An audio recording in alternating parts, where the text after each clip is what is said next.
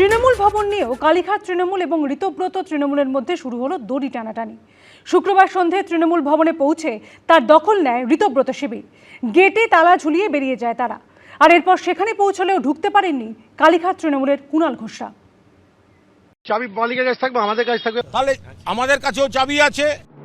দল, প্রতীক এবং তহবিল এগুলো নিয়ে কালীঘাট তৃণমূল ও ঋতব্রত তৃণমূলের নজিরবিহীন টানাপোড়েন বৃহস্পতিবার পৌঁছে গিয়েছে দিল্লির জাতীয় নির্বাচন কমিশন অবধি। তার ২৪ ঘন্টার মধ্যে দুই শিবিরের মধ্যে তৃণমূল ভবন নিয়ে শুরু হলো নাটকীয় ডুয়েল। শুক্রবার সন্ধে তৃণমূল ভবনে পৌঁছে কার্যত তার দখল নিল ঋতব্রত তৃণমূল। আধ ঘন্টা বৈঠকের পর দরজায় তালা লাগিয়ে ঋতব্রত বন্দ্যোপাধ্যায়ের নেতৃত্বে তৃণমূল ভবন ছাড়লেন এই শিবিরের বিধায়করা। চাবি কার কাছে থাকবে? চাবি মালিকের কাছে থাকবে, আমাদের কাছে থাকবে, অরূপ রায়ের কাছে থাকবে, পার্টির চেয়ারম্যান তার কাছে। তারপরই কুণাল ঘোষের নেতৃত্বে সেখানে পৌঁছল কালীঘাট তৃণমূল। আমরা তালা ভাঙার মতো কোনো কাজ এখানে করছি না। আমরা অনুরোধ করেছি তালা আমরা যাওয়ার আগে আমরা একটা তালা মারি, ওনা বলছেন না। যার কাছে চাবি অথরিটি তার, বেশ কথা। তাহলে বাকি গেটের চাবিও তো আমাদের কাছে আছে যেখানে তালা নেই। তখন বলছেন না সেটা দিয়ে ঢুকতে দেবো না, ঢুকতে গেলে এইটা দিয়ে ঢুকতে হবে। শুক্রবার বিকেলে ঋতব্রত তৃণমূলের সদস্যরা পৌঁছে যান মেট্রোপলিটনের তৃণমূল ভবনে। এই দলে ঋতব্রত বন্দ্যোপাধ্যায়ের পাশাপাশি ছিলেন ফিরহাদ হাকিম, জাবেদ খান, সন্দীপন সাহা, আখরুজ্জামানরা। আমাদের পার্টি অফিস আমরা এলাম, বাকিটা সব ক্রমশ প্রকাশ্য। এরা হচ্ছে শুভেন্দু অধিকারীর কাছের লোক, পুলিশ এদের বিরুদ্ধে কোনো স্টেপ নেবে না। তৃণমূল ভবনের গ্রাউন্ড ফ্লোরে ঢুকে এই ঘরে বসে পড়েন ঋতব্রত তৃণমূলের সদস্যরা। এই ঘরের দেওয়ালে এখনো মমতা বন্দ্যোপাধ্যায়ের ছবি, টেবিলের ওপর মমতা বন্দ্যোপাধ্যায়ের একটা কাটআউট। সেই ঘরে বসেই ঋতব্রত তৃণমূলের সদস্যরা জানিয়ে দেন তাদের কাছে মমতা বন্দ্যোপাধ্যায়ের জায়গা স্রেফ পরামর্শদাতা হিসেবে। এই অফিসে তো মমতা ব্যানার্জির ছবি দেখা যাচ্ছে, এই ছবিগুলো থাকবে। আমরা তো উপদেষ্টা হিসেবে চেয়েছি, উনি উপদেশ দেন না কেন আমাদের? বন্দ্যোপাধ্যায় শুধু পরামর্শদাতা হিসেবে এখানে থাকবেন বলছেন, তার ছবি আছে তো, মমতা ব্যানার্জির ছবি আছে, কোনো অসুবিধা। এবার ঘটনাচক্রে যারা এসেছিলেন তারাও তো তৃণমূল কংগ্রেসের প্রতীকে, মমতা বন্দ্যোপাধ্যায়ের প্রতীকেই তারা নির্বাচিত। ফলে এমন কোনো দায়িত্বজ্ঞানহীন কাজ। আসলে সমস্যাটা হচ্ছে যে মানে আমাদের এই আচরণগুলোতে দলের যারা কর্মী সমর্থক তারা অত্যন্ত আহত হচ্ছেন এবং বিরক্ত হচ্ছেন। এদিন তৃণমূল ভবনের গেটের এক পাশে দেখা যায় মমতা বন্দ্যোপাধ্যায়ের ছবি দেওয়া ফ্লেক্স, আরেক পাশে দেখা যায় ঋতব্রত তৃণমূলের বৈঠকে তৃণমূলের চেয়ারম্যান নির্বাচিত অরূপ রায়ের নাম লেখা এই ফ্লেক্স। বেরোনোর সময় তৃণমূল ভবনের গেটে তালা ঝুলিয়ে দেন ঋতব্রত তৃণমূলের সদস্যরা। তালাটা আপনারা কারা লাগাচ্ছেন? এখানে দেখে নিন, এখানে ব্যাস এইটা ফোকাস করুন, তাহলেই হবে। মানে অর্থাৎ যিনি তালা লাগাচ্ছেন বলছেন এইটা প্রকাশ করুন। অর্থাৎ আমরা দেখতে পাচ্ছি যে পোস্টারের কথা উনি বলে গেলেন সেটা হচ্ছে চেয়ারম্যান অরূপ রায়। এরপর সেখানে যান কালীঘাট তৃণমূল শিবিরের কুণাল ঘোষ, বৈশ্বনাথ চট্টোপাধ্যায়রা। ঘটনাস্থলে আসে পুলিশ, কেন্দ্রীয় বাহিনী। শেষ অবধি তৃণমূল ভবনের দখল কাদের হাতে তা নিয়ে দড়ি টানাটানি এখন তুঙ্গে। কৃষ্ণেন্দু অধিকারী, ব্রতদীপ ভট্টাচার্য, এবিপি আনন্দ। তৃণমূল ভবন কাদের তা নিয়ে এবার শুরু হলো বেনজির টানাপোড়েন। শুক্রবার ঋতব্রত তৃণমূলের বিধায়ক আখরুজ্জামান দাবি করেন বাড়ির মালিকের সঙ্গে তাদের চুক্তি হয়েছে। পাল্টা কালীঘাট তৃণমূলের বৈশ্বনাথ চট্টোপাধ্যায়ের দাবি এই বাড়ি নিয়ে 2027 পর্যন্ত তাদের চুক্তি করা আছে। বিষয়টা নিয়ে জল গড়িয়েছে থানা পুলিশ অবধি। আমাদের পার্টি অফিস আমরা এলাম, কারুর মনে হয়েছে দিনের আলোয় আসা যায় না। আমাদের পার্টি অফিসে আমরা এসছি, খেলা শুরু করেছে, শেষ করবো আমরা। তৃণমূল ভবন কার, কোন শিবিরের? কালীঘাট তৃণমূল না ঋতব্রত তৃণমূল? তা নিয়ে নাটকীয় দড়ি টানাটানি চলল শুক্রবার বিকেল থেকে রাত অবধি। গেটে তালা ঝোলালো ঋতব্রত তৃণমূল, গেটের পাশে ঝোলানো হলো নতুন ফ্লেক্স। তৃণমূল ভবনের বাইরে পৌঁছেও ঢুকতে পারল না কালীঘাট তৃণমূল। এর মধ্যে ঋতব্রত তৃণমূলের বিধায়ক আখরুজ্জামান দাবি করলেন এই বাড়ির মালিকের সঙ্গে তাদের চুক্তি হয়ে গেছে। বাড়ির মালিক বলেছে এটা তৃণমূলের ভবন ছিল, তারা ঠিকভাবে তাদের যাবতীয় মালিকের সঙ্গে টেনেন্টের চুক্তি, তারা চুক্তি ঠিকভাবে মেনটেন করেনি। আমরা মালিককে বলেছি এটা আমাদের তৃণমূলের আবেগ, আমরা যে কোনো স্বার্থের বিনিময়ে আপনার চুক্তিকে আমরা রেগুলাইজ করব। যেমন গ্রাউন্ড ফ্লোরে যেখানে কথা বলছি, সেকেন্ড ফ্লোর, থার্ড ফ্লোর সমস্ত কিছু মালিক আমাদের সঙ্গে সমস্ত চুক্তিবদ্ধ হয়েছে। একটা এগ্রিমেন্ট অক্টোবর 2027 পর্যন্ত এক্সিস্ট করছে, তার মাঝখানে আর একটা এগ্রিমেন্ট করা যায় নাকি? আর আমরা এখানে রয়েছি, আমাদের অফিস এখানে চলছে, without due process of law আমাদেরকে বলে দেওয়া যায় নাকি যে আমরা এখান থেকে বেরিয়ে যাব? যে যা খুশি করলে হবে নাকি? আইন তো আইনের মতো। বাইপাসের ধারে এই বাড়িটি গত কয়েক বছর ধরে তৃণমূল ভবন নামে পরিচিত। এটি একসময় একটি হোটেল ছিল, যার মালিক মডার্ন ডেকোরেটরসের মন্টু সাহা। তার ও তার ছেলের দাবি করোনার সময় হোটেলটি বন্ধ হয়ে যায়। সেই সময় 1 বছরের জন্য এই বাড়িটি ভাড়া নেয় তৃণমূল। 2022 থেকে 2023 এই 1 বছরের জন্য চুক্তি হয়। বলা হয় নতুন তৃণমূল ভবন তৈরি হয়ে গেলেই এই বাড়িটি তারা ছেড়ে দেবেন। পরে সেই চুক্তির মেয়াদ বাড়ে 2025 সাল পর্যন্ত। তারপর প্রায় 1.5 বছর কেটে গেলেও বাড়ি ফেরত মেলেনি বলে দাবি মালিক পক্ষের। দিদিকে বললাম এই ব্যাপার তো কী করি, দেখো আমি দেখছি। সন্ধ্যাবেলা আমাকে বললো যে ঠিক আছে তুমি আমরা জুলাইয়ের মধ্যে খালি করে দিই। গত মাসের 20 তারিখ তৃণমূল ভবনের থেকে সাইনবোর্ডও খুলে ফেলে মালিক পক্ষ। এবার কার্যত সেই অফিসের দখল নিয়ে নিল ঋতব্রত তৃণমূল। সেই সঙ্গে পরবর্তী পরিকল্পনার কথাও জানিয়েছে তারা। আমরা অফিসটা রিনোভেশন করব, 2 দিনের মধ্যে আমরা রেগুলার, যেহেতু সব সেটআপটা করতে হবে সেহেতু আমরা 2 দিনের মধ্যে রেগুলার অফিসে বসবো। আমরা অরিজিনাল তৃণমূল নির্বাচন কমিশন আমাদের ফুল বেঞ্চের সঙ্গে মিট করেছে। এরপরে কিছু বলার থাকে আপনার? ক্রিমিনাল ট্রেসপাস, পুরো গুন্ডাগিরি হচ্ছে, is a case of criminal trespass. ওরা তো ইলেকশন কমিশনার যে বলেছে রাজডাঙ্গাতে ওদের অফিস, তো ওখানে কি করতে গেছে? শুক্রবার রাতে প্রগতি ময়দান থানায় যান কালীঘাট তৃণমূল শিবিরের কুণাল ঘোষ, বৈশ্যানর চট্টোপাধ্যায়রা। এই টানাপোড়েনের জল এরপর আর কত দূর গড়ায় সেটাই দেখা। কৃষ্ণেন্দু অধিকারী, আশাবুল হোসেন, অনির্বাণ বিশ্বাস, এবিপি আনন্দ। বিধায়কদের প্রশিক্ষণ দিতে নিউটাউনের কনভেনশন সেন্টারে শুক্রবার থেকে শুরু হয়েছে 2 দিনের ওরিয়েন্টেশন কর্মসূচি। আর সেখানে একই মঞ্চে দেখা যায় মুখ্যমন্ত্রী শুভেন্দু অধিকারী এবং বিরোধী দলনেতা ঋতব্রত বন্দ্যোপাধ্যায়কে। অন্যদিকে অনুষ্ঠানে উপস্থিত হয়ে বেরিয়ে যান কালীঘাট তৃণমূল শিবিরের বিধায়ক কুণাল ঘোষ।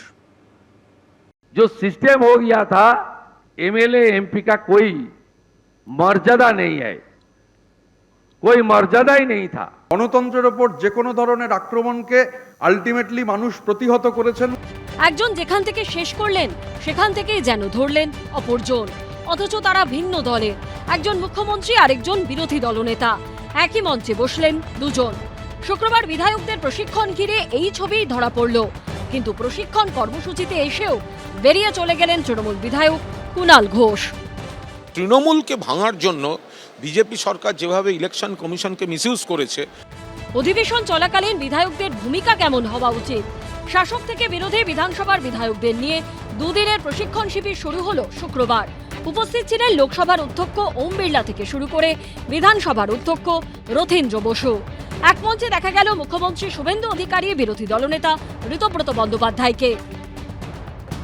पिछले 5 साल में एलओपी था, एक भी एडमिनिस्ट्रेटिव मीटिंग में नहीं बुलाया। मुझे 5 बार असेंबली से सस्पेंड किया। 60 महीने के अंदर 11.5 महीने असेंबली का बाहर एलओपी था।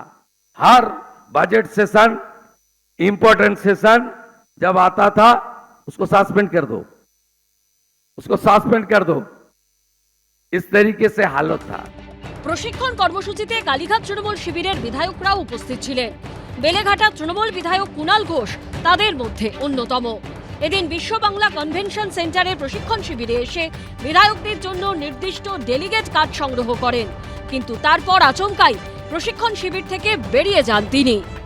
তৃণমূলকে ভাঙার জন্য বিজেপি সরকার যেভাবে ইলেকশন কমিশনকে মিসইউজ করেছে, খুব দুর্ভাগ্যজনকভাবে লোকসভা স্পিকার একটা ব্রেকওয়ে গ্রুপকে তিনি তাদেরকে এন্টারটেন করেছেন। আবার এই পশ্চিমবঙ্গ বিধানসভায় স্পিকারকে শ্রদ্ধা করি, কিন্তু তিনি যেভাবে অনৈতিকভাবে একটা বিরোধী দলকে স্বীকৃতি দেওয়ার একটা পদ্ধতি করলেন, যেভাবে বিধানসভায় আমাকে বলতে দিলেন না, এবং সেটা একটা সরকার এবং এই সব মিলেমিশে এরা লিস্ট তৈরি করে দিলেন। দেখুন, কুণাল ঘোষকে আমি আগেও বলেছি, উনি হলেন শকুনি মামা। উনি ব্যানার্জি পরিবারকে শেষ করে উনি আবার জায়গাটা পরিবর্তন করবেন। ওয়েট করুন আপনারা। কালীঘাট তৃণমূলের কুণাল ঘোষের গলায় যখন ক্ষোভের সুর, তখন ঋতব্রত বন্দ্যোপাধ্যায় স্পিকারকে ধন্যবাদ জানালেন। আমি আবারও মাননীয় স্পিকার রথীন্দ্র বোসকে অসংখ্য ধন্যবাদ জানাই, কৃতজ্ঞতা জানাই, কারণ এই ধরনের কর্মসূচি এই আকারে কখনো হয়নি। গণতন্ত্রের ওপর যে কোনো ধরনের আক্রমণকে আলটিমেটলি মানুষ প্রতিহত করেছেন। গণতন্ত্রের ওপর আক্রমণ মানুষ সহ্য করেন না। আধিপত্যবাদ, ফ্যাসিবাদ কখনোই হচ্ছে গণতন্ত্রের বিরুদ্ধে মাথা তুলতে পারে না। আমরা পশ্চিমবঙ্গ বিধানসভার পক্ষ থেকে সেই ব্যবস্থা নিচ্ছি যে যাতে বিধায়করা যে টাইম, অর্থাৎ যে ভ্যালুয়েবল টাইম বিধানসভায় পায় কিংবা বাইরে পায়, গণতন্ত্রের প্রকৃত ব্যবস্থা যাতে প্রতিফলিত হয় তাদের। শাসক বিরোধী মিলিয়ে এবার 181 জন বিধায়ক প্রথমবারের জন্য আইনসভায় প্রবেশ করেছেন। উজ্জ্বল মুখোপাধ্যায়ের রিপোর্ট, এবিপি আনন্দ, কলকাতা। পুলিশের নজর এড়াতে কলকাতা ছেড়ে ভূভারত পর্যটন করেছেন দেবরাজ চক্রবর্তী। পুলিশের দাবি 15 দিনে মোট 7 বার ঠিকানা বদলে গা ঢাকা দিয়েছিলেন তিনি। দেবরাজ কাণ্ডে 8 সদস্যের সিট গঠন করে তদন্ত শুরু করেছে বিধাননগর কমিশনারেট। আগাম জামিনের আবেদন খারিজ হতে পুলিশের চোখ এড়াতে কার্যত দেশ ভ্রমণে বেরিয়ে পড়েছিলেন দেবরাজ চক্রবর্তী। বাসে বাসে ঘুরেছেন, ছোট ছোট হোটেলে থেকেছেন, নগদে মিটিয়েছেন সব খরচ, তবু শেষ রক্ষা হয়নি। বিধাননগরের প্রাক্তন মেয়র পারিষদ ও প্রাক্তন তৃণমূল কাউন্সিলরকে বুধবার ঝাড়খণ্ডের বুরের রিসর্ট থেকে গ্রেপ্তার করে রাজ্য পুলিশের স্পেশাল টাস্ক ফোর্স। দেবরাজ চক্রবর্তীকে বার করা হচ্ছে ইতিমধ্যে বাগুইআটি থানা থেকে। আজকেও তাকে মেডিকেল পরীক্ষার জন্য নিয়ে যাওয়া হবে দেশবন্ধু স্বাস্থ্য কেন্দ্রে। ইতিমধ্যে তার বাড়িতে অভিযান চালিয়ে সেখান থেকে মোবাইল ফোন এবং ল্যাপটপ ইতিমধ্যে উদ্ধার করেছে পুলিশ। প্রাক্তন তৃণমূল বিধায়ক অদিতি মুন্সির স্বামীর বিরুদ্ধে পুলিশের কাছে জমা হয়েছে গুচ্ছ অভিযোগ। দেবরাজ চক্রবর্তীর বিরুদ্ধে তোলাবাজি, সিন্ডিকেট রাজ সহ বহু বিষয়ে বাগুইআটি থানাতেই লিখিত অভিযোগ দায়ের করেছেন মোট 10 জন। সেই টাকার অঙ্ক দিয়েছিল 40 লাখ টাকা, 2.5 বছর বন্ধ ছিল। পুলিশ সূত্রে খবর, কলকাতা হাইকোর্ট তার আগাম জামিনের আবেদন খারিজ করতেই 15ই জুন কলকাতা ছাড়েন দেবরাজ চক্রবর্তী। সল্টলেকের করুণাবই থেকে বাস ধরে প্রথমে পৌঁছে যান পড়শি রাজ্য উড়িষ্যায়, তারপর একে একে অন্ধ্রপ্রদেশ, তামিলনাড়ু, কেরলম হয়ে ঝাড়খণ্ডের জামশেদপুর, ধানবাদ হয়ে মুরের রিসর্টে আশ্রয় নেন দেবরাজ চক্রবর্তী। পুলিশের দাবি 15 দিনে মোট 7 বার ঠিকানা বদলে গা ঢাকা দিয়েছিলেন তিনি। পুলিশের নজর এড়াতে রীতিমতো পরিকল্পনা করেই পথে বেরিয়েছিলেন অদিতি মুন্সির স্বামী। পুলিশ সূত্রে খবর, উড়িষ্যা থেকে বিভিন্ন রাজ্য হয়ে ঝাড়খণ্ডে পৌঁছানো ও থাকা খাওয়া সহ যাবতীয় খরচ নগদে মেটান দেবরাজ চক্রবর্তী। গোটা রুটে তিনি গড়ে 1 রাত করে সেখানকার বাসস্ট্যান্ড লাগোয়া ছোট হোটেলে আশ্রয় নিয়েছিলেন। আইডি কার্ড হিসেবে ব্যবহার করেছিলেন নিজের ভোটার কার্ড। পুলিশের দাবি, ট্র্যাকিং এড়াতেই কিনেছিলেন নতুন মোবাইল, নিয়েছিলেন নতুন সিমও। গ্রেপ্তারের পর দেবরাজ চক্রবর্তীর থেকে সেই মোবাইল ফোন ও 20,000 টাকা বাজেয়াপ্ত করা হয়েছে বলে পুলিশ সূত্রে খবর। 1300 কোটি না 1500 কোটি এনার সম্পত্তি শোনা যাচ্ছে।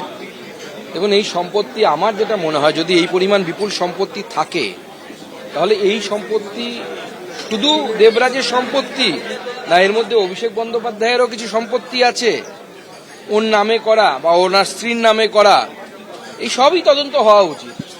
দেবরাজ কাণ্ডে 8 সদস্যের সিট গঠন করে তদন্ত শুরু করেছে বিধাননগর কমিশনারের। তদন্তকারী দলের নেতৃত্বে রয়েছেন বিধাননগরের পুলিশ কমিশনার। তদন্তকারীদের দাবি, দেবরাজ চক্রবর্তী থেকে উদ্ধার হওয়া মোবাইল ফোনের যাবতীয় তথ্য উদ্ধারে নেওয়া হবে ফরেনসিক বিশেষজ্ঞদের সাহায্য। সুকান্ত মুখোপাধ্যায় ও অরিত্রিক ভট্টাচার্যের রিপোর্ট, এবিপি আনন্দ। দেবরাজ চক্রবর্তীর গ্রেপ্তারির পর পুলিশের নজরে স্ত্রী তৃণমূলের প্রাক্তন বিধায়ক অদিতি মুন্সি। পুলিশ সূত্রে দাবি, তাদের মধ্যমগ্রামের বাড়ি থেকে উদ্ধার হওয়া ল্যাপটপে মিলেছে ডিসি গ্লোবাল সংস্থার নামে সম্পত্তি কেনা এবং হস্তান্তরের নথি। একাধিক ট্যুর অ্যান্ড ট্রাভেলের সংস্থায় বিপুল বিনিয়োগের তথ্য পাওয়া গেছে বলে দাবি করা হয়েছে পুলিশ সূত্রে। দেবরাজ চক্রবর্তী গ্রেপ্তার, এবার তদন্তের কেন্দ্রে রহস্যময় সংস্থা ডিসি গ্লোবাল। এই কোম্পানির আড়ালে কি চলতো কুকীর্তির কারবার? দুর্নীতির কালো টাকা বাজারে বিনিয়োগ করে সাদা করতেই কি খোলা হয়েছিল ডিসি গ্লোবাল নামে সংস্থাটি? জবাব খুঁজছে দেবরাজ কাণ্ডে গঠিত বিধাননগর কমিশনারেটের 8 সদস্যের সিট। পুলিশ সূত্রে খবর, বুধবার দেবরাজ চক্রবর্তীকে গ্রেপ্তারের দিনেই তার স্ত্রী অদিতি মুন্সিকে জিজ্ঞাসাবাদ করতে তাদের মধ্যমগ্রামের বাড়িতে পৌঁছে যায় বাগুইআটি থানার মহিলা পুলিশ অফিসাররা। স্বামী দেবরাজের বিরুদ্ধে ওঠা গুচ্ছ গুচ্ছ অভিযোগের বিষয়ে রাজারহাট গোপালপুরের প্রাক্তন তৃণমূল বিধায়ককে বেশ কয়েক ঘন্টা জিজ্ঞাসাবাদ করা হয়। এর পাশাপাশি দেবরাজ অদিতির মধ্যমগ্রামের বাড়ি থেকে কয়েকটি জিনিস বাজেয়াপ্ত করা হয়। পুলিশ সূত্রে খবর, বাজেয়াপ্ত করা হয়েছে 2টি মোবাইল ফোন ও একটি ল্যাপটপ। পাশাপাশি দেবরাজ অদিতির ব্যাংকের বিভিন্ন নথি ও তাদের জয়েন্ট অ্যাকাউন্টের কাগজপত্র বাজেয়াপ্ত করেন তদন্তকারীরা। আতশ কাছের তলায় এই মুহূর্তে ডিসি গ্লোবাল নামে এই সংস্থা। পুলিশ সূত্রে যেটা জানা যাচ্ছে যে দেবরাজ গ্রেফতারের আগে তার বাড়িতে যখন পুলিশি তদন্তের জন্য সেখানে অভিযান হয়, সেই সময় সেখান থেকে 2টি মোবাইল ফোন এবং ল্যাপটপ পাওয়া যায়। এই ল্যাপটপের ভেতর থেকে ডিসি গ্লোবাল নামে একটি সংস্থার হদিশ মেলে তদন্তকারীদের, এবং সেখান থেকে জানা যায় যে বিগত 5 বছরে এবং বিশেষ করে শেষ কয়েক বছরে এই ডিসি গ্লোবালের নামে একাধিক সম্পত্তি কেনা হয়েছিল। পুলিশ সূত্রে দাবি, এই সংস্থার নামে গত কয়েক বছরে একাধিক স্থাবর অস্থাবর সম্পত্তি কেনা হয়েছে, বদল হয়েছে মালিকানাও। তদন্তকারীদের নজরে দেবরাজ চক্রবর্তী ও অদিতি মুন্সির ব্যাংক অ্যাকাউন্টের লেনদেন। পুলিশ সূত্রে দাবি, কখনো দেবরাজ অদিতির ব্যক্তিগত অ্যাকাউন্ট থেকে, আবার কখনো ডিসি গ্লোবাল সংস্থার অ্যাকাউন্ট থেকে অন্য অ্যাকাউন্টে বড় অঙ্কের টাকা পাঠানো হয়েছে। ঝাড়খণ্ডে একাধিক আর্থিক লেনদেনের সূত্র মিলেছে। ট্রাভেলস সংস্থায় টাকা বিনিয়োগ করা হয়েছে বলে অনুমান তদন্তকারীদের। এই লেনদেনের উৎস কি? কালো টাকা সাদা করার চক্র, নাকি দুর্নীতির টাকা ঘোরানোর পথ? উঠছে প্রশ্ন। পুলিশ সূত্রে আরো দাবি করা হচ্ছে, দেবরাজ অদিতির বাড়ি থেকে বাজেয়াপ্ত দুটি মোবাইল ফোন ঘেঁটে দেখা গেছে হোয়াটসঅ্যাপ চ্যাট এবং কল হিস্ট্রি ডিলিট করা হয়েছে। সেই ডিলিট হওয়া তথ্য ফিরিয়ে আনার চেষ্টা চলছে। ফরেনসিক পরীক্ষার জন্য পাঠানো হচ্ছে মোবাইল ফোন ও ল্যাপটপ।